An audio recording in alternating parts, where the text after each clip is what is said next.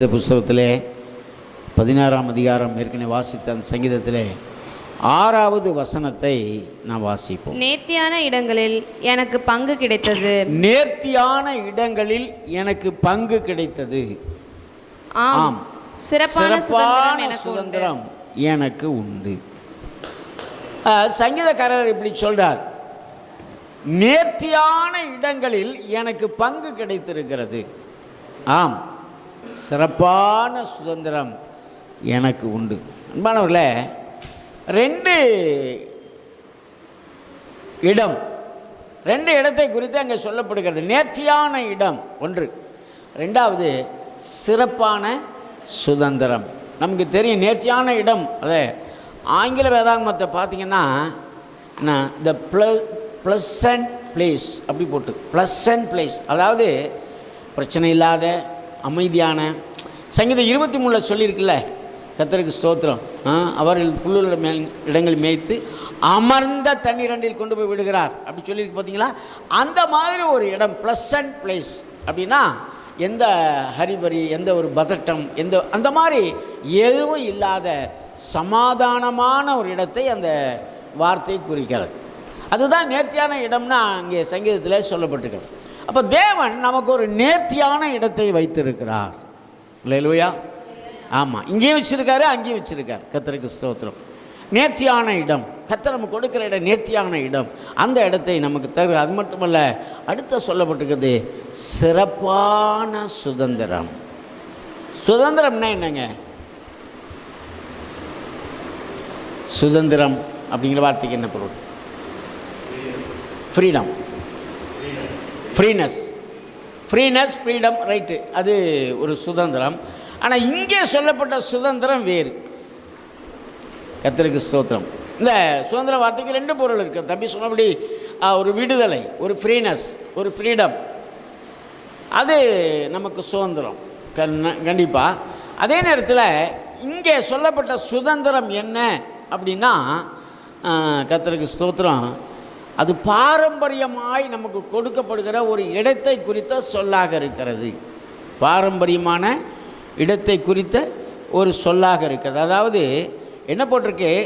I have a goodly heritage என்ற வார்த்தையை ஆங்கிலத்தில் பயன்படுத்த. ஹெரிட்டேஜ் அப்படின்னு சொன்னால் பாரம்பரியமாய் நமக்கு வரவேண்டிய இடம், சொத்து, அந்த மாதிரி ஒரு பொருளில் அந்த வார்த்தை ஆங்கிலத்தில் கொடுக்கப்பட்டிருக்கிறது. அப்போ அருமையானவர்களே, சிறப்பான சுதந்திரம் என்பது என்ன அப்படின்னா, நமக்கு முறைப்படி கிடைக்க வேண்டிய வெகுமதி என்று சொல்லலாம். அல்லேலூயா. அப்போ ரெண்டு காரியத்தை கர்த்தர் நமக்கு தருவதாக சொல்லுகிறார். ஒன்று நேர்த்தியான இடம், இன்னொன்று சிறப்பான சுதந்திரம். இப்போ இந்த சிறப்பான சுதந்திரத்தை குறித்து சொல்லப்பட்டிருக்கிறது. அது நமக்கு கிடைக்க வேண்டிய பாரம்பரிய அல்ல உரிமையுடைய ஒரு சொத்து. இன்றைக்கி நாம் எல்லாரும் தேவனுடைய பிள்ளைகளாக இருக்கிறோம். ஆமாம் தானே? கர்த்தருடைய பிள்ளைகளாம் அம்மன்னு சொல்லுங்கள், அல்லேலூயா சொல்லுவோமா? அப்போ கண்டிப்பாக தேவன் நாம் பிள்ளைகளானால் சுதந்திரருமாமே என்று சொல்லுகிறார். நாம் பிள்ளைகள் என்பது உண்மையானால் நமக்கு என்ன உண்டு? சுதந்திரம் உண்டு. சுதந்திரம்னா உரிமை, பொருள், அந்த சுதந்திரம் நமக்கு உண்டு. அதை தான் சொல்கிறார்ப்பா, நாம் பிள்ளைகளானால் சுதந்திரருமாமே. நாம் பிள்ளைகளாக இருப்போம் என்று சொன்னால் தகப்பனாகிய இயேசு கிறிஸ்துவின் ஆஸ்தியிலே, இடத்திலே, அவருடைய சொத்திலே நமக்கு ஒரு சுதந்திரம் இருக்கிறது. ஆமென், அல்லேலூயா. ஆமாம், அந்த சுதந்திரத்தை குறித்து தான் இங்கே சொல்லப்படுகிறது. அந்த சுதந்திரம் அது எங்கே இருக்குது அப்படின்னா, ஆண்டு கொடுத்துருக்கல நிறைய சுதந்திரத்தை தேவன் கொடுக்கிறார், நிறைய ஆசீர்வாதங்களை தேவன் கொடுக்கிறார், நிறைய உரிமை உள்ளவைகளை தேவன் கொடுக்கிறார். அதில் பிரதானமானது என்ன? நிறைய வாக்குத்தத்தம் வேதத்தில் இருக்குது. அதில் பிரதானமான ஒரு வாக்குத்தத்தம் உண்டு. என்ன தெரியுங்களா? நித்திய ஜீவனை நான் உனக்கு தருவேன் என்பதே அவர் நமக்கு தந்த வாக்குத்தத்தம். அந்த வார்த்தையில் பாருங்க, ஒரு அழுத்தம் இருக்கு. நித்திய ஜீவனை தருவேன் என்பதே, தட்ஸ் ஆல். அதுதாங்க அவர் நமக்கு கொடுத்துருக்க வாக்குத்தத்தத்தில் பிரதானமான வாக்குத்தத்தம். அப்படியானால் அருமையானவர்களே, அந்த சொத்து அல்ல அந்த மேலான இடம், அந்த வெகுமதி என்பது எங்கே இருக்கிறது என்று பார்க்கும்போது அது பரலோகத்தில் இருக்கிறது. ஆமீன் சொல்லுங்கள். அல்லேலூயா. அப்போ அது சிறப்பான சுதந்திரம் என்று சொல்லுகிறது எதை குறிக்கிறது என்று சொன்னால், பரலோகத்திலே தேவன் நமக்கு ஆயத்தம் பண்ணின அந்த இடத்தை குறிக்கிறது. அல்லேலூயா. எல்லாத்துக்கும் காமனா அந்த இடத்த ஆயத்தம் பண்ணுறாரா? எல்லாத்துக்கும் ஒரு பொதுவான இடத்த ஒரு மண்டபத்தை போல அப்படி ஆயத்தம் பண்ணுறாரா அப்படின்னா இல்லை. அவனவன் கிரியைக்கு தக்கதாக நான் அளிக்கும் பலன் என்னோடு கூட வருகிறது. அப்போ ஒவ்வொருவருக்கும் தனித்தனியாக செப்பரேட்டாக, இங்கே நமக்கு இடம் இருக்கோ இல்லையோ, இங்கே நமக்கு வீடு இருக்கோ இல்லையோ, இங்கே நமக்கு ஸ்தலம் இருக்கோ இல்லையோ, இளைப்பார் இல்லை இருக்கோ இல்லையோ, அதெல்லாம் இல்லை. பரலோகத்தில் நமக்காக சிறப்பான சுதந்திரத்தை தேவன் வைத்திருக்கிறார். ஆமென், அல்லேலூயா. ஆமாம், இங்கே இருக்கிறதெல்லாம் அங்கே இருக்கிறதுக்கு ஒரு தூசி கூட போடாத அளவுக்கு மிகப்பெரிய மகிமையான காரியத்தை கர்த்தர் நமக்காக பரலோக ராஜ்யத்திலே வைத்திருக்கிறார். எத்தனை பேர் அது பெறணும்னு நினைக்கிறீங்க? அல்லேலூயா. நம்ம நோக்கமே அதுதான். ஏன் நம்ம இயேசு ஏற்றுக்கொண்டோம்னா கண்டிப்பாக நித்தியத்தை சுதந்திரித்து கொள்ளும்படியாக நித்திய ராஜ்யத்தில் பங்கு பெற வேண்டும். சும்மா வெறுமனே சில சொல்லுவாங்க, எங்களுக்கு பரலோகத்தில் ஒரு ஓரமாக இடம் கிடைச்சா போதுங்க, அப்படி கூட சில சொல்கிறத நான் கேட்டிருக்கிறேன். கர்த்தருடைய பிள்ளைகளை அப்போ ரொம்ப வருத்தப்படுவோம். ரைட்டு தான், நம்ம சரத்தா ஒரு ஓரமாக இருந்தால் கூட அது பெரிய விஷயந்தான். ஆனால் நம்மோடு இருக்கிறவர்களுக்கு மிகப்பெரிய காரியம் அங்கே கிடைக்கிறது. கர்த்தருக்கு ஸ்தோத்திரம். ஆமாம், 2 பேர் மரித்து போனதாக வேதம் சொல்லுகிறது. ஒருவன் ஐஸ்வர்யவான், இன்னொருவன் லாசரு, அதாவது ஏழையான லாசரு. 2 பேரும் மரித்து போகிறாங்க. இப்போ 2 பேரும் மரித்து போய் ஏழையான லாசரு ஆபிரகாமின் மடியிலே கொண்டு விடப்பட்டான். இந்த ஐஸ்வர்யவான் என்ன பண்ணானா, அக்கினியில் பாதாளத்தில் விடப்பட்டான். அங்கே அக்கினி வேகிறது. அப்போ இந்த பாதாளத்தில் இருந்தவன் பார்த்து சொல்கிறான், ஏப்பா இந்த மாதிரி இருக்குன்னு எனக்கு தெரியாது, நான் அன்றைக்கு அலட்சியமாக விட்டுட்டேன், ஆனால் இது ரொம்ப தொல்லையாக இருக்குது, நான் வந்துட்டேன், பரவாயில்ல, இனி ஒன்றும் பண்ண முடியாது, என்னுடைய சகோதரர்கள்லாம் அங்கே இருக்கிறாங்களே, நீ போய் தயவுசெய்து நீ அவங்களுக்கெல்லாம் சொல்லலாமே என்று சொல்லி லாசர்கிட்ட கேட்டாராம்.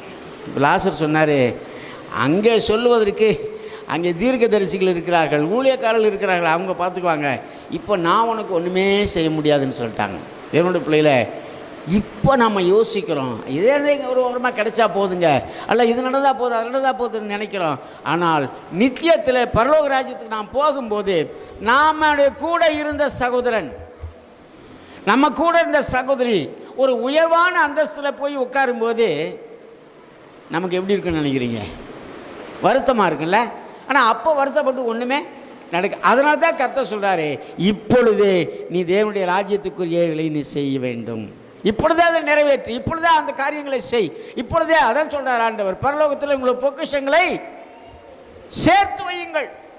இங்கே இருந்துக்கிட்டா பரலோகத்தில் பொக்கிஷங்களை, இங்கே தேவனுக்காக, தேவனுடைய வேலைக்காக, தேவனுடைய ஊழியத்திற்காக, ஆத்துமாக்களுக்காக, ஆராதனைக்காக, ஜெபத்துக்காக நம்முடைய பிரயாசங்கள், நம்முடைய பொருள், நம்முடைய காரியங்கள், நம்முடைய எல்லாவற்றையும் நாம் ஆண்டவருக்காக நாம் செய்யும்போது பரலோகத்திலே நமக்கு பொக்கிஷம் உண்டாயிருக்கிறது. அல்லேலூயா. ஆமாம், அதை இங்கே தான் செய்ய முடியும், அங்கே போய் நம்ம பண்ண முடியாது. ஆகவே தான் அங்கே சொல்கிறோம், கஷ்டம்தான் இல்லைன்னு சொல்லலை, நெருக்கம்தான் இல்லைன்னு சொல்லலை. ஆனால் நெருக்கத்திலும் நாம் கர்த்தருக்காய் ஜீவிக்கும்போது, நெருக்கத்திலும் ஆண்டுடைய காரியங்களை செய்யும்போது, நெருக்கத்திலும் கர்த்தருடைய ஊழியத்தை தாங்கும்போது நமக்கு தேவன் பொக்கிஷத்தை பரலோக ராஜ்யத்தில் வைத்திருக்கிறார். அல்லேலூயா. அதுதான் நேர்த்தியான இடம். அதை நாம் பெற்றுக்கொள்ள வேண்டும் என்று தேவன் விரும்புகிறார். அப்படி பெற்றுக்கொள்ளணும்னா சும்மா பெற்றுக்கொள்ள முடியுமா? அதுக்காக சில ஒழுங்குமுறைகள் இருக்கிறது பார்த்தீங்களா? அதுதான் இன்றைக்கி நம்ம வேதத்தில் சொல்லப்பட்டிருக்கிறது. ஒரு சில காரியங்கள் நான் நிறைய எடுத்து வச்சுருக்கேன், நான் எந்த அளவுக்கு போக முடியும் தெரியல. வாசிப்போம். கர்த்தருக்கு ஸ்தோத்திரம். அப்போஸ்தலர் நடபடியின் புஸ்தகத்தில் ஒரு வசனத்தை வாசிப்போம். அப்போஸ்தலர் நடபடியின் புஸ்தகம் 26ஆம் அதிகாரம் 6ஆம் வசனத்திலிருந்து ஒரு சில வசனங்கள் 18 வரைக்கும் வாசிக்கணும். தேவன் நம்முடைய பிதாக்களுக்கு அருளி செய்த வாக்குத்தத்தம் நிறைவேறும் என்கிற நம்பிக்கையாகவே நான் இப்பொழுது நியாய தீர்ப்படைகிறவனாய் நிற்கிறேன். இரவும் பகலும் இடைவிடாமல் ஆராதனை செய்து வருகிற நம்முடைய 12 கோத்திரத்தாரும் அந்த வாக்குத்தத்தம் நிறைவேறும் என்று நம்பி இருக்கிறார்கள். அகிரிப்பா ராஜாவே, அந்த நம்பிக்கை நிமித்தமே யூதர்கள் என்மேல் குற்றம் சாட்டுகிறார்கள். தேவன் மரித்தோரை எழுப்புகிறது நம்பப்படாத காரியம் என்று நீங்கள் எண்ணுகிறது என்ன? என்ன? முன்னே நானும் நசரேயனாகிய இயேசுவின் நாமத்திற்கு விரோதமாய் அநேக காரியங்களை நடப்பிக்க வேண்டும் என்று நினைத்திருந்தேன். அப்படியே நான் எருசலேமிலும் செய்தேன். நான் பிரதான ஆசாரியர்களிடத்தில் அதிகாரம் பெற்று பரிசுத்தவான்களின் அநேகரை சிறைச்சாலைகளிலே அடைத்தேன்.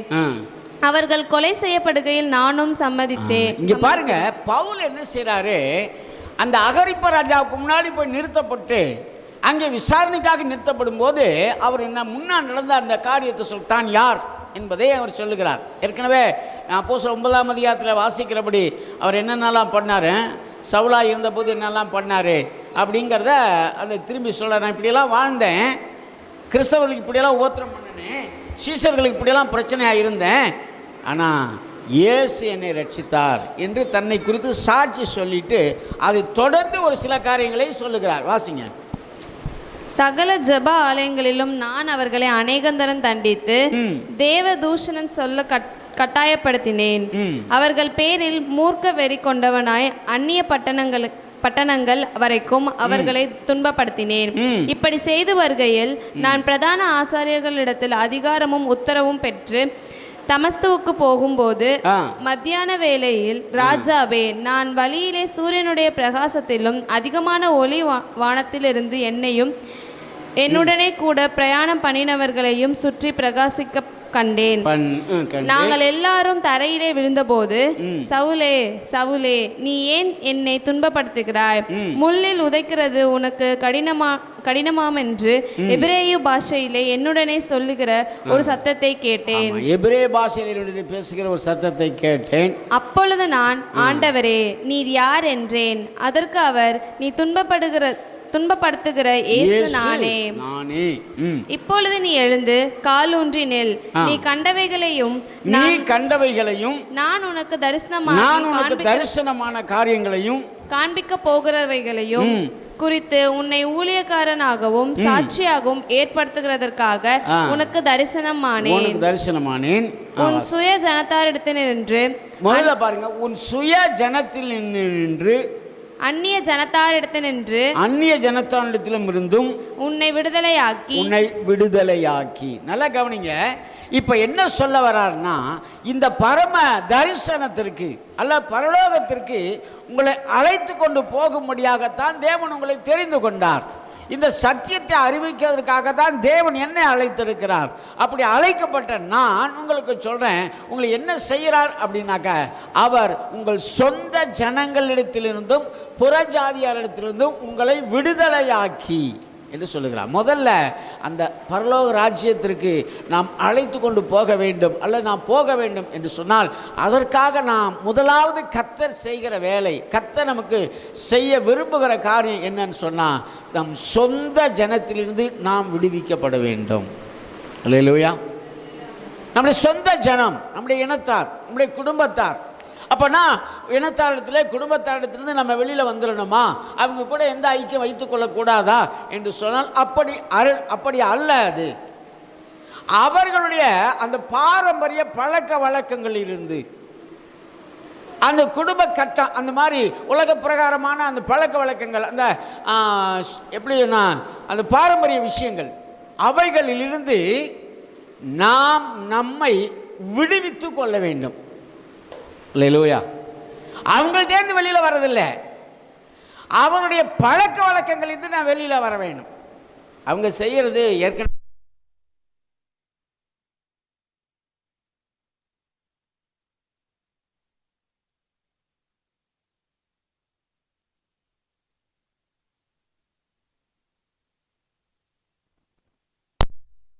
என்ன செய்யணுமா, நம்மை விடுவித்துக் கொள்ள வேண்டும். நம்ம வெளியில் கொண்டு வந்தோம்.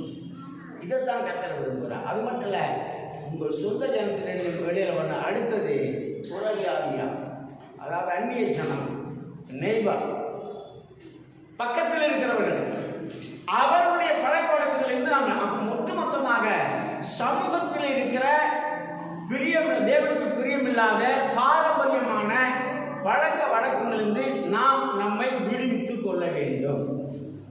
இன்னைக்கு நம்முடைய நிலை, ரட்சிக்கப்பட்ட எத்தனையோ வருஷங்கள் இருக்கும், ஆனாலும் சில விஷயங்களை நாம் என்ன செய்யலாம், அவங்க கூட காம்ப்ரமைஸ் பண்ணிக்கிறோம், ஒத்து போயிடும். இல்லைங்க அதெல்லாம் இல்லைங்க, அவங்க அப்படிலாம் வருத்தப்படுவாங்க, இல்லைன்னா அப்படியா அப்படியா அப்படின்னு சொல்லி சில காரியங்களிலே நாம் அவங்களோட ஒத்து போய் விடுகிறோம். என்னோட பிள்ளையில அப்படி ஒத்து போகும்போது என்ன நடக்குன்னா, அவர்கள் மேல் வைக்கப்படுகிற அந்த சாபமும் தண்டனையும் நமக்கும் சொந்தமாக மாறும்.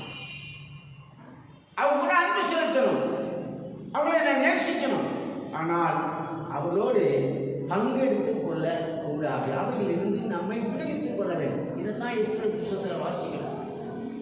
அகஸ்வராஜாவோட அந்த நாட்டில், அவருடைய தேசத்தில், ஆளுகைக்கு உட்பட்ட தேசங்களில், இந்து தேசம் முதல் எத்தியோப்பியா தேசம் வரைக்கும் இருக்கிற அந்த நாடுகளில் ஒரு கூட்டம் அங்கங்கே அப்படி அப்படியே பரவி இருக்கிறதா. நாம அந்த ஆமான் போய் அதைத்தான் சொல்றான். இங்க ஒரு கூட்டம் இருக்குப்பா நம்ம தேசத்துல, அவருடைய பழக்க வழக்கங்கள், அவருடைய கிரியைகள், அவருடைய செயல்பாடுகள் நம்முடைய ஜனத்திலிருந்து வித்தியாசப்பட்டு இருக்கிறது, விகற்பப்படாக்கி இருக்கிறது. அவங்களுக்கு நமக்கு சில விஷயங்களை சம்பந்தங்களை ஒத்துப்போக முடியல. இன்றைக்கு பிரச்சனை ஆகும். இந்திய தேசத்துல கிறிஸ்தவர்களுக்கு ஏன் உபத்திரம், இந்திய தேசத்துல கிறிஸ்தவத்துக்கு ஏன் பிரச்சனை என்று சொன்னால், அவங்களை போல நம்ம என்ன செய்யறதில்லை, நடந்துக்கிறது இல்லை. அவர்கள் செய்கிற காரியங்களை நாம் செய்வது கிடையாது. அவர்கள் செய்கிற அந்த பாரம்பரிய பழக்க வழக்கங்களை நாம் செய்வது கிடையாது. அவர்கள் செய்கிற பாவமான காரியங்கள் அதை பாவம் தெரியாமலே செய்கிறாங்க. அது அவங்களுக்கு தட்ஸ் நேச்சுரல் அப்படிங்கிற மாதிரி, கேஷுவல், சாதாரண நாங்கள் இதெல்லாம் இயல்பு அப்படிங்கிற மாதிரி அவங்க எடுத்துக்கிறாங்க. ஆனால் வேதம் அதை சொல்லவில்லை, வேதம் அப்படி எடுத்துக்கொள்ளவில்லை. ஆகவே நாம் அதற்கு விலகுகிறோம். அப்படி விலகும் போது நம்ம வித்தியாசமாக பார்க்கலாம். அதைத்தான் நான் சொல்றேங்க, நான் இதை சொல்றேன், அவன் அதை சொல்றானே. கர்த்தருக்கு ஸ்தோத்திரம். மீனவர்கள் மத்தியில் சுமார் 18 ஆண்டு காலம் நான் ஊழியத்தை செய்திருக்கிறோம். அவங்கள்ட்ட ஒரு பழக்கம் என்ன கேட்டிங்கன்னா, 4 பேர் உட்காந்து பேசும்போது 3 பேர் 3 3 6 அப்படின்னு சொல்கிறான். அப்படின்னா 7 6 இல்லை 7ன்னு சொல்கிறான். அப்படின்னா கூட இருக்க ஒருத்தன் கொஞ்சம் விவரமான ஆளாக இருந்து, இல்லைப்பா 3 3 6 தான் அப்படின்னு சொன்னால் ஒத்துக்க மாட்டான். அது சொல்கிறான், எங்காவது 3 பேர் சொல்கிறாங்க 7ன்னு, நீ 7ன்னு சொல்ல, நீ என்ன 6ன்னு சொல்ற அப்படின்னு சொல்லுவோம். கொஞ்சம் வித்தியாசம், அந்த வித்தியாசம் நம்மளால் ஏற்றுக்கொள்ள முடியல. இதுதான் பிரச்சனையே அன்பானவர்களே. ஆனால் தேவன் என்ன செய்கிறார், அதைத்தான் நமக்கு சொல்லிக் கொடுக்கிறார். நாம் சற்று வித்தியாசப்பட்டதாக அந்நிய ஜனத்திலிருந்தும் சொந்த ஜனத்திலிருந்து நம்மை விடுதலையாக்கி வாசிமா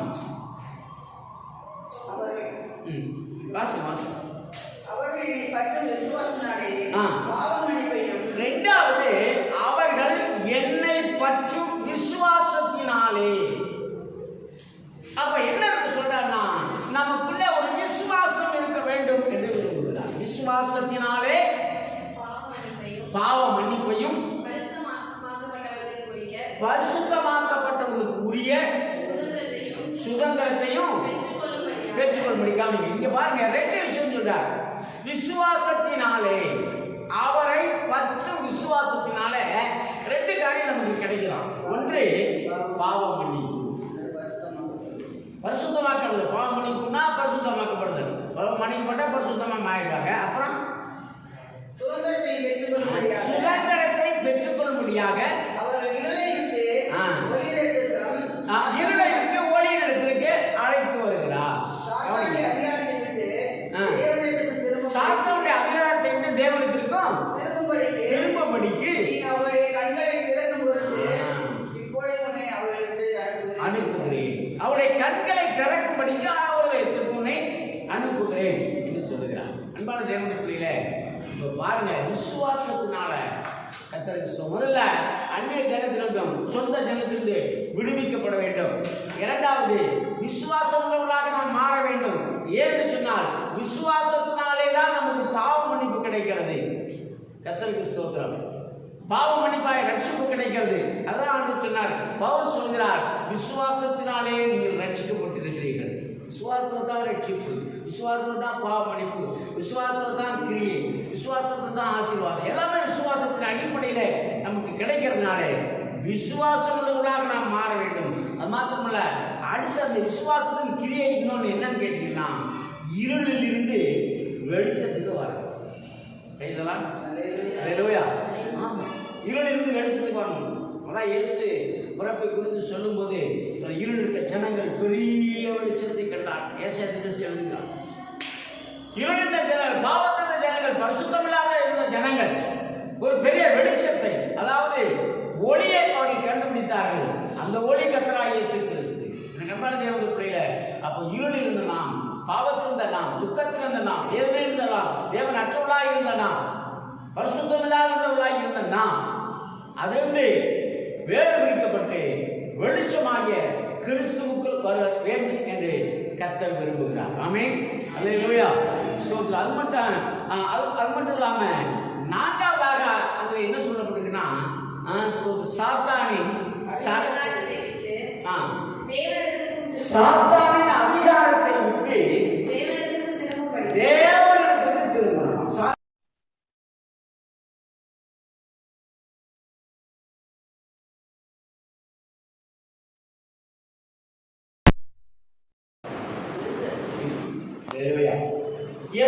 தெரியுமா, அவனுடைய சரக்கு நம்மகிட்ட இருக்கிற வரைக்கும் இருக்கும். இல்லையா? சாதாரணமாக ஒரு டப்பாவை நல்லா சுத்தமாக கழுவிட்டு அப்படியே வச்சிட்டிங்கன்னா அது அப்படியே இருக்கும். அதில் ஒன்றும் எந்த ஆக்ஷனும் இருக்காது. அதே நேரத்தில் அதில் கொஞ்சோண்டு சர்க்கரை அள்ளி உள்ளே போட்டு அப்படி வச்சுருங்க, எறும்பு வந்துடும். எறும்பு ராந்தி எண்ணத்தையே ஏதோ ஒரு பூச்செல்லாம் வந்துடும். காரணம் என்ன? இந்த சர்க்கரை என்பது அந்த பூச்சிகளுக்கு உரியது. இதை போல் சாத்தானுக்குரிய எதையாவது ஒரு குணம் நம்மக்கிட்ட இருந்தால் அவன் நம்மகிட்ட என்ன செய்வான்? அதான் ஆண்டு சொன்னார், இது உலகத்தின் அதிபதி வருகிறான், அவனுக்கு என்னிடத்தில் ஒன்றுமே இல்லை. இல்லையா? வேறு விரிக்கப்பட்ட ஒரு வாழ்க்கை, முற்றிலும் வேறு பிரிக்க. அதனால தான் சொன்னார், ஆண்டு சொன்னார், ஒருவன் என்னை பின்பற்ற விரும்பினால் தன்னை தான் வெறுத்து தன் சிலுவை எடுத்துக்கொண்டு என்னை பின்பற்ற கடவன். அது மட்டுமல்ல, ஆனால் ஒருவன் கிறிஸ்துவுக்குள் இருந்தால் புது சிருஷ்டியாக இருக்கிறான், பழையன யாவும் ஒளிந்து போயின, எல்லாம் புதிதாயின. அப்போ பாருங்கள், ஒரு புது அனுபவம், ஒரு புது சிருஷ்டியான ஒரு அனுபவம் நமக்கு இருக்க வேண்டும்.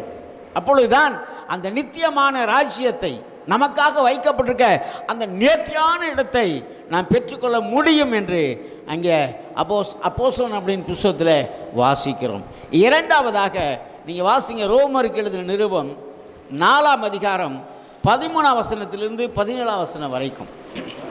ரோமர் 4:13-17 வரை. அன்றியும் உலகத்தை சுதந்தரிப்பான் என்கிற வாக்குத்தத்தம் ஆபிரகாமுக்காவது அவன் சந்ததிக்காவது நியாய பிரமாணத்தினால் கிடையாமல் விசுவாசத்தினால் வருகிற நீதி. நல்லா கவனிங்க, இங்க இந்த ரட்சிப்பு என்பது, இந்த சுதந்திரம் என்பது நியாய பிரமாணத்தினாலே நமக்கு கிடைப்பது இல்லை.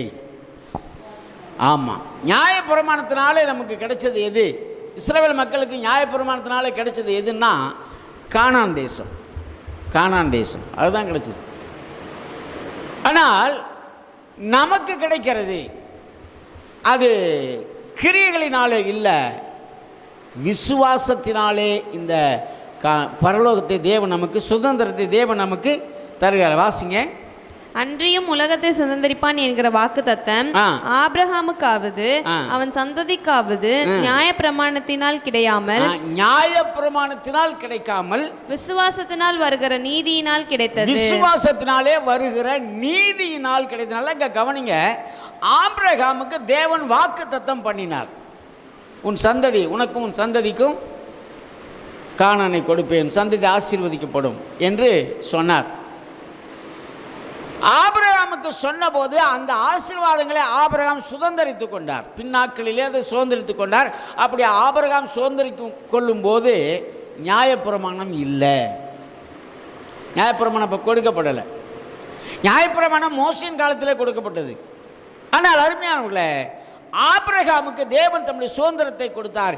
எப்படி கொடுத்தார் அப்படின்னா, விசுவாசத்தின் கிரியை நிமித்தமாக கொடுத்தார். ஆமென். அது தொடர்ந்து வாசிங்க. அதில் நியாயப்பிரமாணத்தை சார்ந்தவர்கள் சுதந்திரவாளிகள் ஆனால் விசுவாசம் வீணாயிருக்குமே. வாக்குத்தத்தமும் அவமாகும்.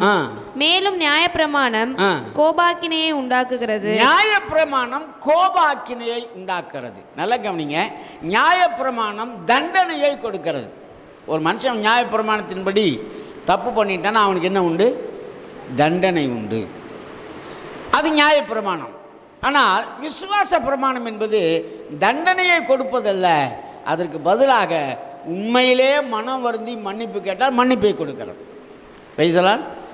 அதை தான் இங்கே சொல்கிறார்.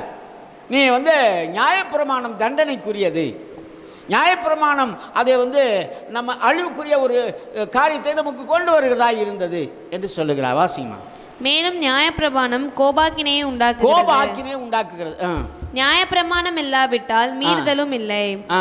ஆதலால் சுதந்திரமானது கிருபையினால் உண்டாகிறதா இருக்கும்படி, சுதந்திரமானது கிருபையினால் உண்டானதா இருக்கும்படி அது விசுவாசத்தினாலே வருகிறது. ஒரு அல்லேலூயா சொல்லுவோமா? ஆபிரகாமுக்கு தேவன் அந்த நியாயப்பிரமாணம் இல்லாத நாட்களில் சுதந்திரத்தை கொடுத்தார். எப்படி கொடுத்தார் அப்படின்னு சொன்னா, விசுவாசத்தின் கிரியையினாலே கொடுத்தார். இப்போ ஆபிரகாமை கர்த்தர் சந்திக்கும் போது அவர் சொல்றாரு, நீ உன் நிலத்தையும் தேசத்தையும் உன் வீட்டாரையும் உன் தகப்பன் வீட்டையும் விட்டு நான் உனக்கு காண்பிக்கிற தேசத்துக்கு போ என்று சொன்னார். அந்த தேசம் எப்படிப்பட்டது என்பது ஆபிரகாமுக்கு தெரியாது. அந்த தேசம் எங்கே இருக்கிறது என்று ஆபிரகாமுக்கு தெரியாது. அங்கே என்னெல்லாம் கிடைக்கும் என்னெல்லாம் கிடைக்காது என்பது ஆபிரகாமுக்கு தெரியாது. ஆனால் இவைகளெல்லாம் ஒன்றுமே தெரியாமல் இருக்கும்போதே ஆபிரகாம் விசுவாசத்தினாலே புறப்பட்டு போனான். அல்லேலூயா. அதாவது ஒரு எந்த காரியமும் தெரியாது, எந்த ஒரு எவிடன்ஸுமே ஆதாரமும் இல்லை. அப்படி ஆதாரமே இல்லாமல் இருந்தபோது ஆபிரகாம் விசுவாசத்தினாலே, இதை கர்த்தர் சொல்லியிருக்கிறாருங்க, என் தேவன் இதை சொல்லியிருக்கிறார், இந்த தேசத்தை விட்டு போக சொல்லியிருக்கார். அந்த தேசம் எப்படிப்பட்டது எனக்கு தெரியாது, நான் ஒன்றை அறிவேன், என் தேவன் எனக்கு ஒரு தேசத்தை கொடுக்கிறார் என்று சொன்னால் இதை விட அது நல்ல தேசமாகத்தான் இருக்கும் என்ற விசுவாசத்தினாலே ஆபிரகாம் புறப்பட்டு போனார். அல்லேலூயா. இந்த விசுவாசம் உள்ளே வந்துருச்சு. விசுவாசத்துட்டு மறுபடியும் அங்கேயே உள்ளே உட்காந்துருக்கல. அவர் என்ன பண்ணார்? உடனடியாக தன் சொந்த தேசத்தை விட்டு, தன் வீட்டை விட்டு, அங்கே இருக்கிற காரியங்களை எல்லாவற்றையும் விட்டு விட்டு புறப்பட்டு போனார். அல்லேலூயா. கிரியை. அதுதான் இங்கே என்ன சொல்லப்படுது? சுதந்திரமானது கிருபையினால் உண்டாகிறதா இருக்கிறது. அது என்னமா? விசுவாசத்தின் கிரியினாலே, இந்த விசுவாசத்தை செயல்படுத்துகிறதுனாலே இது உண்டாகிறது. இன்றைக்கி நாம் கர்த்தரை விசுவாசிக்கிறோம். ஆபிரகாம் கர்த்தரை விசுவாசித்தான், அது அவனுக்கு நீதியாக எண்ணப்பட்டது. வெறுமனே விசுவாசித்தது மட்டுமல்ல, விசுவாசத்தை கிரியிலே காண்பித்தான். அதான் வேதம் சொல்லுது, கிரியை இல்லாத விசுவாசம். நீ விசுவாசிக்கிறீங்க அப்படிங்கிறது எப்படி நான் தெரிஞ்சுக்க முடியும் அப்படின்னா, விசுவாசத்தை கிரியில் காட்டணும். அல்லேலூயா.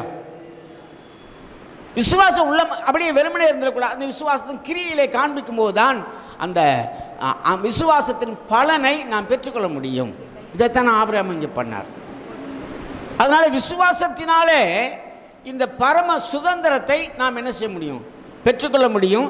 விசுவாசத்தையும் கிரியிலே காண்பிக்கும் போது, செயல்படும் போது. அல்லேலூயா. ஆண்டவர் ரொம்ப அழகாக சொன்னார். நாளை இது குறித்து என்ன செய்யுங்க? கவலைப்படாதிருங்கள். நாளைய குறித்து நீங்கள் கவலைப்படாதீங்க. நாளை நம்முடையது இல்லை, நாளைக்கு கர்த்தர் பார்த்துக்குவாரு. இன்று தான் நம்முடைய நாள். எண்ணத்தை உண்போம் என்று உங்கள் ஜீவனுக்காகவும், எண்ணத்தை உடுப்போம் என்று உங்கள் சரீரத்திற்காகவும் நீங்கள் கவலைப்படாதிருங்கள். உதாரணமாக சொல்றார், வானத்தில் பறக்கும் பட்சிகளை பாருங்கள், அவைகள் விதைக்கிறதும் இல்லை, அறுக்கிறதும் இல்லை, களஞ்சியங்களை சேர்த்து வைக்கிறதும் இல்லை, ஆனாலும் உங்கள் பரமபிதா அவைகளை பிழைப்பூட்டுகிறார் என்று சொல்லுகிறார். இப்போ இந்த பறவைகள் இருக்குது பாருங்கள், அது காலையில் எழுந்திரிச்சோடனே இருங்க இன்றைக்கி நான் சாப்பிட்றதுக்கு ஏதாவது இருக்குன்னு பார்க்குறேன், எல்லாம் சேர்த்து வச்சுக்கிட்டு தானே அப்படி ஏதாவது பண்ணுதான்னா இல்லை. காலையில் எந்திரிச்சு அது ஆட்டோமேட்டிக்காக செயல்பாட்ட ஆரம்பிக்கிறது, புறப்பட்டு போகிறது. கர்த்தர் என்னை போஷிப்பார், எனக்கு ஒரு காரியத்தை கர்த்தர் வைத்திருப்பார், எனக்குரிய காரியங்களை கர்த்தர் செய்வார் என்ற நம்பிக்கையோடு இந்த பறவைகள் போகிறதாக ஆண்டவர் சொல்லுகிறார். ஆனால் நாம் என்ன செய்கிறோம்? இன்றைக்கி தேவையானதை சேர்த்து வைக்கிறோம், நாளைக்கு தேவையானதை சேர்த்து வைக்கிறோம், அப்புறம் தேவையானதை சேர்த்து வைக்கிறோம், அடுத்த சந்ததிக்கு தேவையான இப்படியெல்லாம் நம்ம நினைக்கிறோம். கர்த்தருடைய பிள்ளைகளை தேவை, நான் இல்லைன்னு சொல்ல, சேர்த்து வைக்கக்கூடாது நான் சொல்லவே இல்லை. ஆனால் நம்முடைய நோக்கம் அதுவாக இருந்து விடக்கூடாது. அதான் சொல்கிறார், உன் ஐஸ்வர்யம் விருத்தியாகும் போது உன் இருதயத்தை அதன் மேல் வைக்காதே. ஐஸ்வர்யம் தேவை, ஐஸ்வர்யம் விருத்தியாகும் போது பெருகும் போது நம்முடைய இருதயக்குள்ளே போயிட முடியாது. யூதாஸ் காரியத்துக்கு அப்படி தான் போயிடுச்சு. கர்த்தருக்கு ஸ்தோத்திரம். பணப்பையை சுமக்கிறவன் ட்ரெஷரர். ஆண்டவர் கூட இந்த சீசர்களில் யூதாஸ் காரியத்துக்கு பொறுப்புனா ட்ரெஷரர், பொக்கிஷதாரின்னு சொல்லுவாங்க. காசெல்லாம் அங்கே தான் இருக்கும், அதை வச்சு தான் அங்கேருந்து எடுத்து செலவு பண்ணுவாங்க போல். ஆக அவன் பணப்பை சுமக்கிறவனாக இருந்தான். எப்போ பார்த்தாலும் கேஷ் வச்சுக்கிட்டே இருப்பான். அவன் கவனம் போகிற கேஷில் தான் இருந்துச்சு. அதனால தான் இயேசுவே கேஷுக்காக காட்டி கொடுத்தான். தேவனுடைய பிள்ளைகளே, ஐஸ்வர்யம் தேவை, ஆனால் நம்முடைய நோக்கம் ஐஸ்வர்யமானது அல்ல. உண்ணவும் உடுக்கவும் உண்டாயிருந்தால் போதும் என்று இருக்க கடவோம் என்று அப்போஸ்தலர்கள் புத்தகத்தில் வாசிக்கிறோம். அப்போ நமக்கு தேவன் கொடுத்திருக்கிறதுல நாம் திருப்தியாக இருக்க வேண்டும். நம்முடைய நோக்கம் அதுவாக இருக்கக்கூடாது, மாறாக நம்முடைய நோக்கம் நித்திய ராஜ்யமாக இருக்க வேண்டும். அல்லேலூயா. ஆமாம், அதைத்தான் ஆண்டவர் சொல்லிக் கொடுக்கிறார். ஆக நாளைய தினத்தை குறித்து நீ கவலைப்பட்டு கொண்டிருக்காதே, நாளை கர்த்தருடைய காரியத்தில் பார்த்து கொள்ளப்படும். விசுவாசத்தினாலே இவைகள் எல்லாம் நமக்கு கிடைக்கும் என்பதாக அங்கே சொல்லப்படுகிறது. ஆகவே பிரியமானவர்களே, இந்த நாளில் இரண்டாவது காரியம், ஸ்தோத்திரம், இந்த சுதந்திரம் விசுவாசத்தினாலே நமக்கு கிடைக்கிறது. இன்னொரு வசனத்தை கூட நீங்கள் வாசித்துருங்களேன். எபிரேயர் 11ஆம் அதிகாரம் 24ஆம் வசனத்திலேருந்து வாசித்துருங்களேன். எபிரேயர் 11:24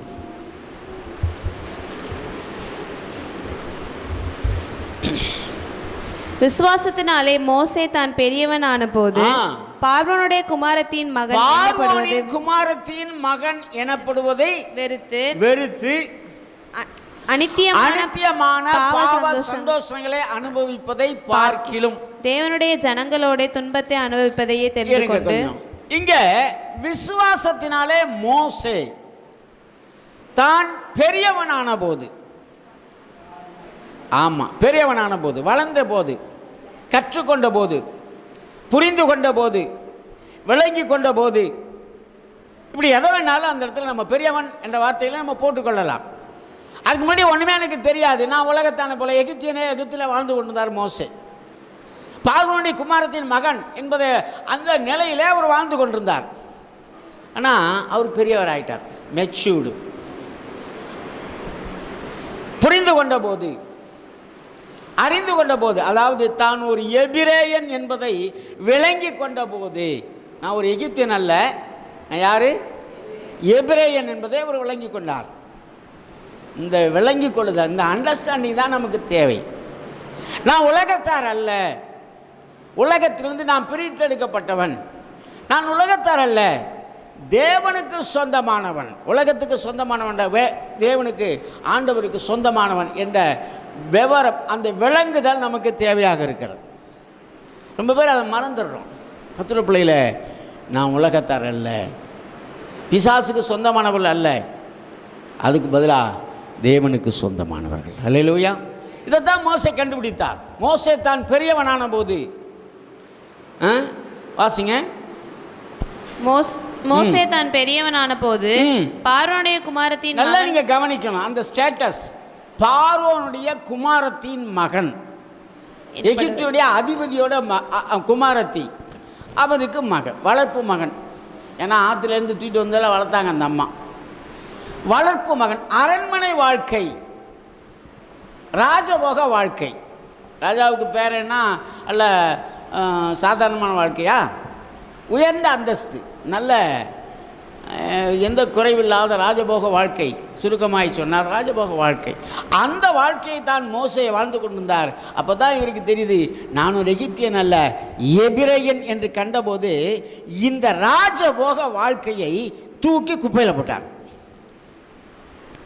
அதான் சொல்லுது, தான் பார்வோனின் குமாரத்தின் மகன் எனப்படுவதை வெறுத்து. யாரும் பிடுங்கிக்கல, இவரே வெறுத்தார். எனக்கு அன்பான தேவனுடைய பிள்ளைகளே, இன்றைக்கி பரலோகத்துக்கு நாம் போகணும், பரலோகத்திற்கு அந்த சுதந்திரத்தை பெற்றுக்கொள்ளணும்னு சொன்னால் எகிப்தின் பொக்கிஷங்களை, அதான் அடுத்து சொல்கிறார், வாசிங்க. அநித்தியமான பாவ சந்தோஷங்களை அனுபவிப்பதை பார்வோனின் குமாரத்தின் மகன் எனப்படுவதை வெறுத்து எகிப்தில் உள்ள அநித்தியமான பாவ சந்தோஷங்களை அனுபவிக்கதை பார்க்கிலும் அதில் எகிப்தில் சகல பொக்கிஷங்களிலும் அப்படின்னு ஒரு வார்த்தை போட்டுருக்கோம். இனிவரும் பலன் மேல் நோக்கமாயிருந்து எகிப்தில் உள்ள பொக்கிஷங்களிலும் கிறிஸ்துவ நிமித்தம் வரும் அதை விட, எகிப்தில் இருக்க பொக்கிஷத்தை விட, அநித்தியமான பாவ சந்தோஷத்தை விட, அதாவது எப்படி சொல்கிறது, அந்த வார்த்தைக்கு அர்த்தம்னு சொன்னால் அனுபவிக்கிற வாழ்க்கை, என்ஜாய் லைஃப். இன்றைக்கி உலகம் அதை தான் சொல்லுது. இன்றைக்கி இருக்கிற வாலிப பிள்ளைகள் அதை தான் விரும்புகிறாங்க. ஜாய்ஃபுல்லாக இருக்கணுங்க. அல்லேலூயா. அவங்க நினைக்கிற ஜாய் இருக்குது பாருங்க, that is not a true Joy. அது உண்மையான சந்தோஷம் அல்ல. வேதம் சொல்லுது, அநித்தியத்தினால் உண்டாகிற பாவத்தினால் வருகிற சந்தோஷம். அதனால் பின்விளைவு மோசமாக இருக்கும். அதனால தான் அதை என்ன செய்தா, தூக்கி போடு, வேண்டாம். அநித்தியமான பாவ சந்தோஷங்களை அனுபவிப்பதை பார்க்கிலும் தேவனுடைய பிள்ளைகளோட துன்பத்தை அனுபவிப்பதையே தெரிந்து கொண்டு, துன்பத்தை அனுபவிப்பதை தெரிந்து கொண்டு இனி வரும் பலன் மேல் நோக்கமாயிருந்து இனி வரும் பலன், நீங்க நம்ம கிடைக்க போகிற அந்த சுதந்திரம் இருக்கு பாருங்க, அந்த சுதந்திரத்தின் மேல் நோக்கம். இப்போ நமக்கு தெரியணும் நம்முடைய நோக்கம் என்ன. நாம் கிறிஸ்தவ வாழ்க்கையில் நாம் வாழ்கிறோம், விசுவாச வாழ்க்கையை வாழ்கிறோம். நம்முடைய நோக்கம் என்ன?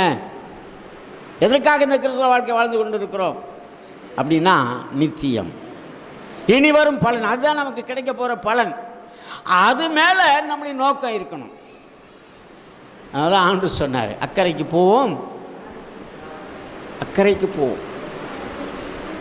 இக்கரை என்பது நிரந்தரம் அல்ல, நமக்கு அக்கறை தான் நிரந்தரம். அல்லேலூயா. ஆமாம், இன்மைக்காக நாம் காரியங்களை செய்ய வேண்டாம். ஏன்னா இது அழிந்து போகும், ஒரு குறிப்பிட்ட காலம், சில வருஷங்கள், அப்புறம் அழிந்து போயிடும். ஆனால் நித்தியம் ஒன்று இருக்கிறது, அதற்காக நாம் காரியங்களை செய்ய வேண்டும். எனக்கு அன்பான தேவனுடைய பிள்ளைகளே, இங்கே மோசே அதான் பண்ணார். இனி வரும் பலன்மை நோக்கமாக இருந்து எகிப்தில் உள்ள சகல பொக்கிஷங்களை பார்க்கிலும் தேவனுடைய பிள்ளைகளோட துன்பத்தை அனுபவிப்பதை தெரிந்து கொண்டு என்ன செய்தாராம், பார்வோனுக்கு பயப்படாமல் எகிப்தை விட்டு வெளியேறினார். பார்வோனுக்கு பயப்படாமல், பார்வோனுக்கு எப்போவுமே என்ன செய்யக்கூடாது, நாம் பயப்படவே கூடாது. பார்வோனா யார்? உலகத்தின் அதிபதி, எகிப்தின் அதிபதி, அதான் உலகத்தின் அதிபதி சாத்தான். சாத்தானுக்கு நம்ம என்ன செய்யக்கூடாது, பயப்படணுமா? பயப்பட மாட்டேன், நான் பயப்பட மாட்டேன், இயேசு என்னோட இருப்பதினால், இயேசு என்னோட இருப்பதினால். அல்லேலூயா. சாத்தானுக்கு பயப்படக்கூடாது, எகிப்தின் அதிபதிக்கு பயப்படக்கூடாது. மோசே சாத்தானுக்கு பயப்படாமல், எகிப்தின் அதிபதிக்கு பயப்படாமல், பார்வோனுக்கு பயப்படாமல் எகிப்தை விட்டு வெளியேறினான். எகிப்துக்குள்ளே இல்லை அவர். இன்றைக்கி பாருங்கள், நம்ம தெரிஞ்சுக்கிட்டோம், விவரம் தெரிஞ்சிருச்சு, நாம் உலகத்துக்குரியவர்கள் அல்லன்னு தெரியும், நமக்கு பரலோகம் தான் முக்கியம்னு தெரியும், பரலோகத்துக்கு நான் போக போகிறோன்னு தெரியும். எல்லாம் தெரிஞ்சிருந்தோம், இன்னும் எகிப்துக்குள்ளே சொல்லிட்டுக்கிட்டு இருக்கக்கூடாது.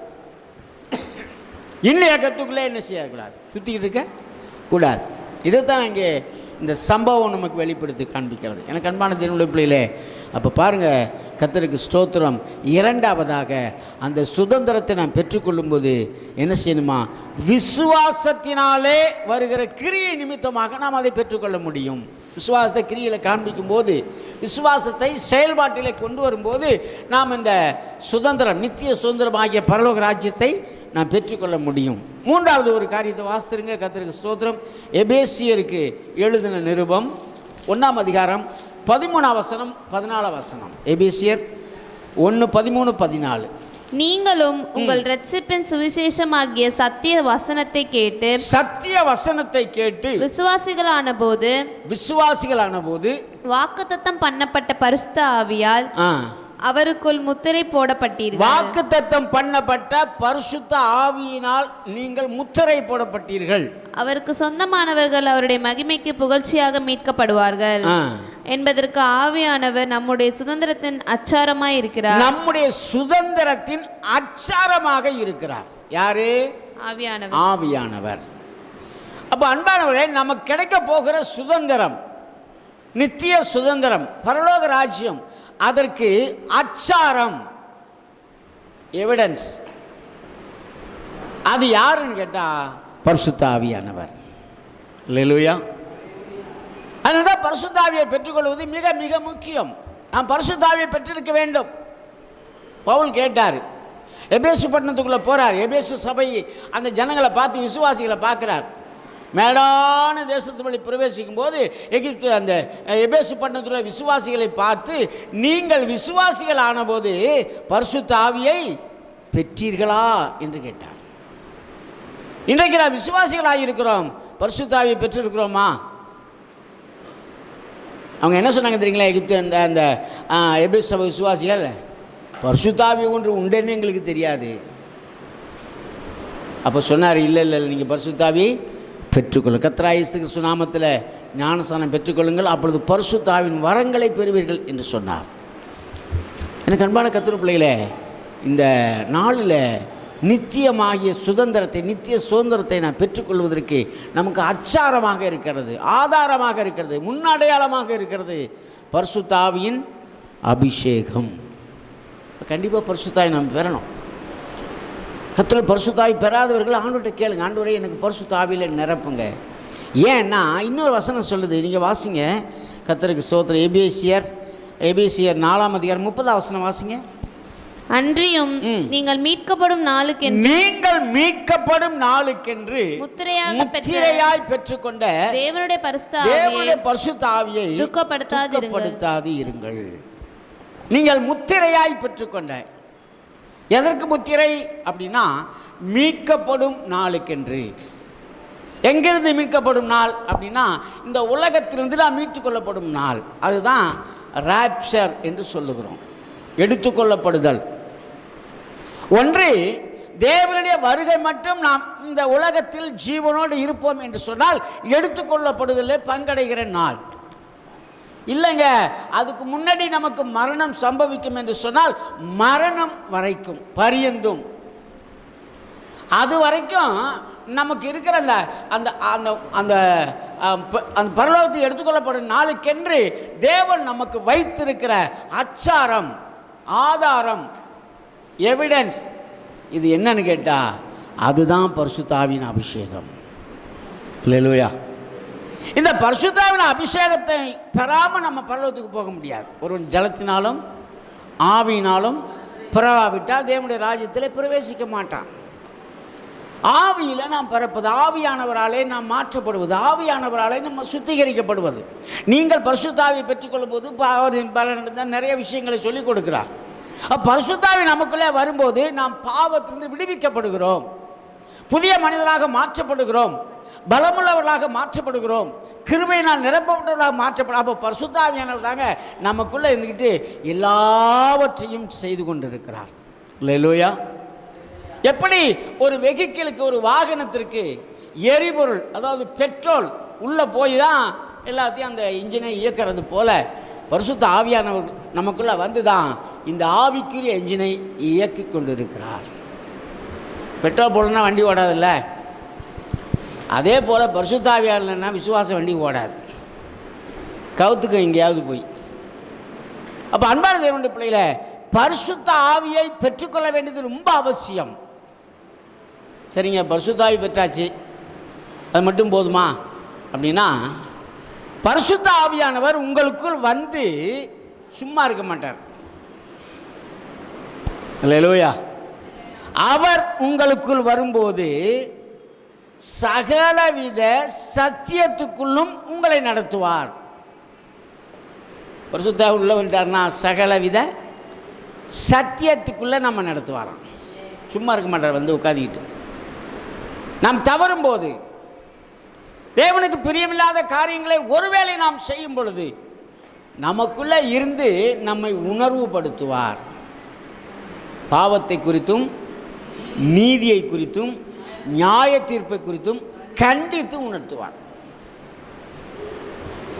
அல்லேலூயா. ஒவ்வொரு முறையும் நம்ம போய் ஒருத்தரையை கவனிச்சுக்கிட்டே இருக்க முடியாது. அவங்க என்ன பண்ணுறாங்க, எப்படி பேசுகிறாங்க, அப்படி எதுவுமே கவனிக்க முடியாது. ஆனால் பரிசுத்தாவின் உள்ளே இருந்தார்னா அப்பப்போ கவனிச்சுக்கிட்டே இருப்பார், சொல்லிக்கிட்டே இருப்பார், இதை செய்யாத இதை செய்ய உணர்த்துவார். அப்போ கண்டிப்பாக பரிசுத்த ஆவியானவர் தான் நம்முடைய மீட்கப்படும் நாளுக்கென்று முத்திரையாய் நமக்கு கொடுக்கப்பட்ட சுதந்திரத்தின் அச்சாரமாக அவர் இருக்கிறார்.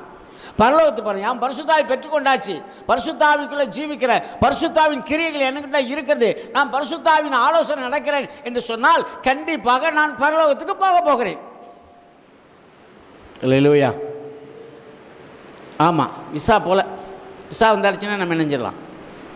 வெளிநாட்டுக்கு போக விசா வேணுமா வேண்டாமா? அதே மாதிரி நீ பரலோகத்துக்கு வரலாம் அப்படிங்கிறதுக்கு விசா தான் பரிசுத்தாவின் அபிஷேகம். கர்த்தருக்கு ஸ்தோத்திரம். ஒருவேளை நீ ரட்சிக்கப்பட்டிருக்கலாம், அது உங்களுக்கு பாஸ்போர்ட்டு. ஆனால் விசா வேணும். விசா இல்லாமல் பாஸ்போர்ட்டை மட்டும் வச்சு வெளிநாட்டுக்கு போக முடியாது. அதே போல் பாஸ்போர்ட் ரட்சிக்கப்பட்டிருந்தாலும் பரிசுத்தான அபிஷேகத்தை பெற்றுக்கொள்ளாமல் நித்தியத்துக்கு நாம் போக முடியாது.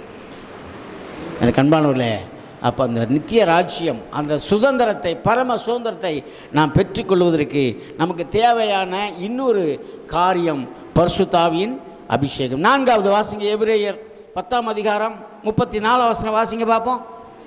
எபிரேயர் 10ஆம் அதிகாரம் 34லிருந்து ஒரு சில வசனங்கள் 38 வரைக்கும் வாசிங்க. நான் கட்டப்பட்டிருக்கையில் நீங்கள் என்னை குறித்து பரிதபித்தது மன்றி பரலோகத்தில் அதிக மேன்மையும் நிலையுள்ளதுமான சுதந்திரம் உங்களுக்கு உண்டென்று அறிந்து போரும். இருங்க, நான் கட்டப்பட்டு இருக்கையில், பவுல் சொல்றாரு, நான் கட்டப்பட்டு இருந்தேன், சிறைச்சாலையில் இருந்தார். அப்படி சிறைச்சாலையில் இருக்கும்போது ஜனங்கள் எல்லாரும் என்ன செஞ்சாங்களாம், அவருக்காக பரிதபித்தார்கள். அல்லேலூயா. பரிதபித்தார்கள். ஐயோ என்ன நடக்கத்திலே ஊழியக்காரர் இப்படி ஆயிடுச்சே. பரிதபித்தார்கள், வேதனைப்பட்டார்கள், துக்கப்பட்டார்கள். அதுலேருந்து வெளியில் கொண்டு வரதுக்கு என்ன அப்படிலாம் யோசிக்க ஆரம்பித்தாங்க. பரிதபித்தது மட்டுமன்றி அப்புறம் என்ன செஞ்சாங்களாம், பரலோகத்தில் அதிக மேன்மையும் நிலையுள்ளதுமான சுதந்திரம் உங்களுக்கு உண்டென்று அறிந்து உங்கள் ஆஸ்திகளையும் சந்தோஷமாய் கொள்ளையிட கொடுத்தீர்கள். அல்லேலூயா. சொல்ல மாட்டீங்களா? அல்லேலூயா. பரிதபித்தார்கள். அவருக்காக இவங்க பரிதாபப்பட்டாங்க, வருத்தப்பட்டாங்க, துக்கப்பட்டாங்க, ஜெபித்தார்கள். நாம அப்போஸ்தலர்கள் இப்போ வாசிக்கிறோம், பேதுரு சிறைச்சாலையில் காக்கப்பட்டிருக்கையில் சபையர் அவருக்காக ஊக்கமாய் ஜெபம் பண்ணினார்கள். பாரம் இல்லாமல் ஜெபம் பண்ணியிருப்பாங்களா? துக்கம் இல்லாமல் ஜெபம் பண்ணியிருப்பாங்களா? கண்ணீரோடு ஜெபம் பண்ணாங்க, அழுது ஜெபம் பண்ணாங்க. இன்றைவரே எங்கள் பாஸ்டர் வெளியில் கொண்டு வாங்க. யாரும் கேட்கல, பாஸ்டர் எதுக்கு உள்ளே போனாருன்னு கேட்கல. அல்லேலூயா. அருமையானவர்களை பரிதபித்தது மட்டுமல்லாமல் அப்புறம் ஒன்று செய்கிறாங்க. என்னன்னு கேட்டா, வாசிமா வசனத்தை வாசி. ஆகையால் மிகுந்த பலனுக்கு ஏதுவான உங்கள் தைரியத்தை விட்டு விடாதீர்கள். பரலோகத்திலே இந்த சுதந்திரம் இருக்கிறது என்ற நம்பிக்கையோடு உங்கள் தைரியத்தை விட்டு விடாது, ஆஸ்திகளையும் இந்த உலகத்திற்கு பொருளாதாரத்தையும் கொள்ளையிட கொடுத்தீர்கள் என்று எழுதுகிறார்.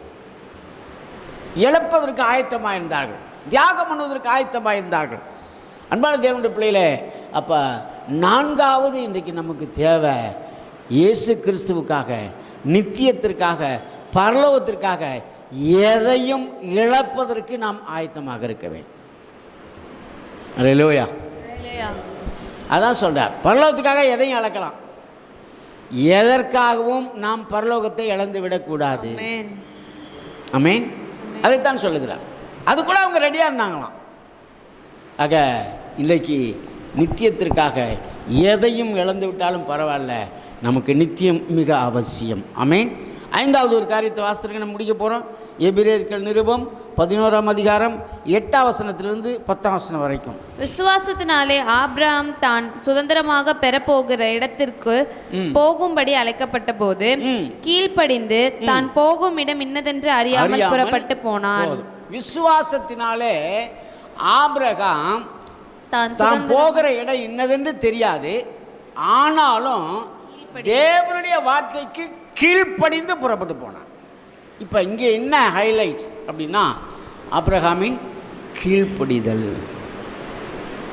என்னன்னு தெரியாது, என்ன நடக்குமோ தெரியாது, ஆனால் கர்த்தர் சொல்கிறா நான் செய்கிறேன், அவ்வளோதான். இந்த கீழ்ப்படிதல் ரொம்ப முக்கியங்க. இன்றைக்கி நாம் தேவனுடைய வார்த்தைக்கு கீழ்ப்படுகிறோமா? கர்த்தர் ஒரு வார்த்தை சொன்னார், அதுக்கு நாம் கீழ்ப்படுகிறோமா?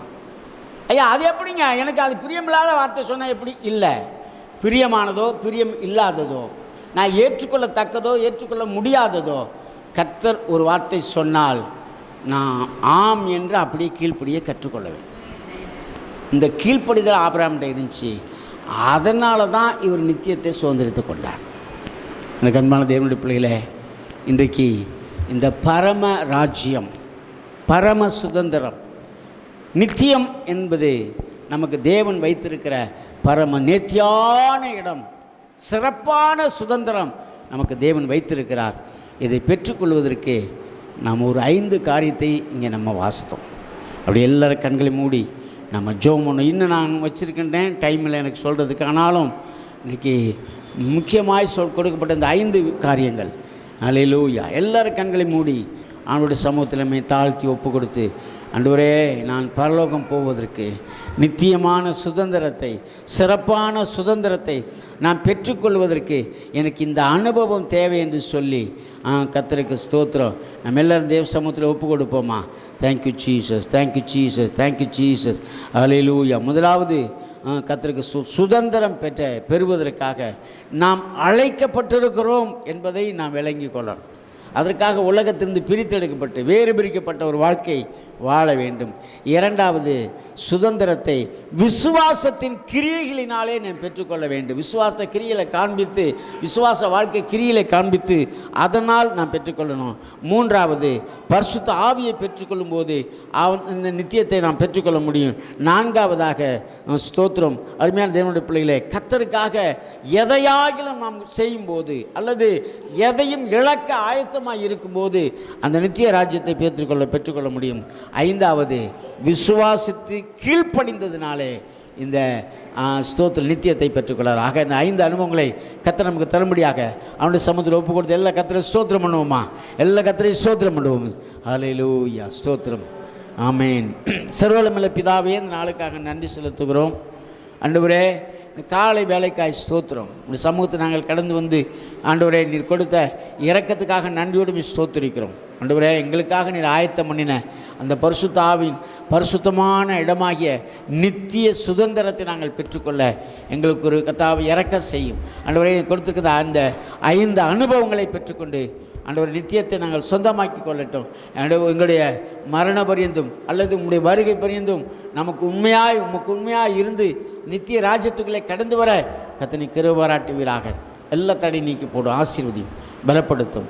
இயேசுவின் நாமத்தினால் ஜெபிக்கிறோம் நல்ல பிதாவே, ஆமென். என் ஆத்துமாவே கர்த்தரை ஸ்தோத்திரம்.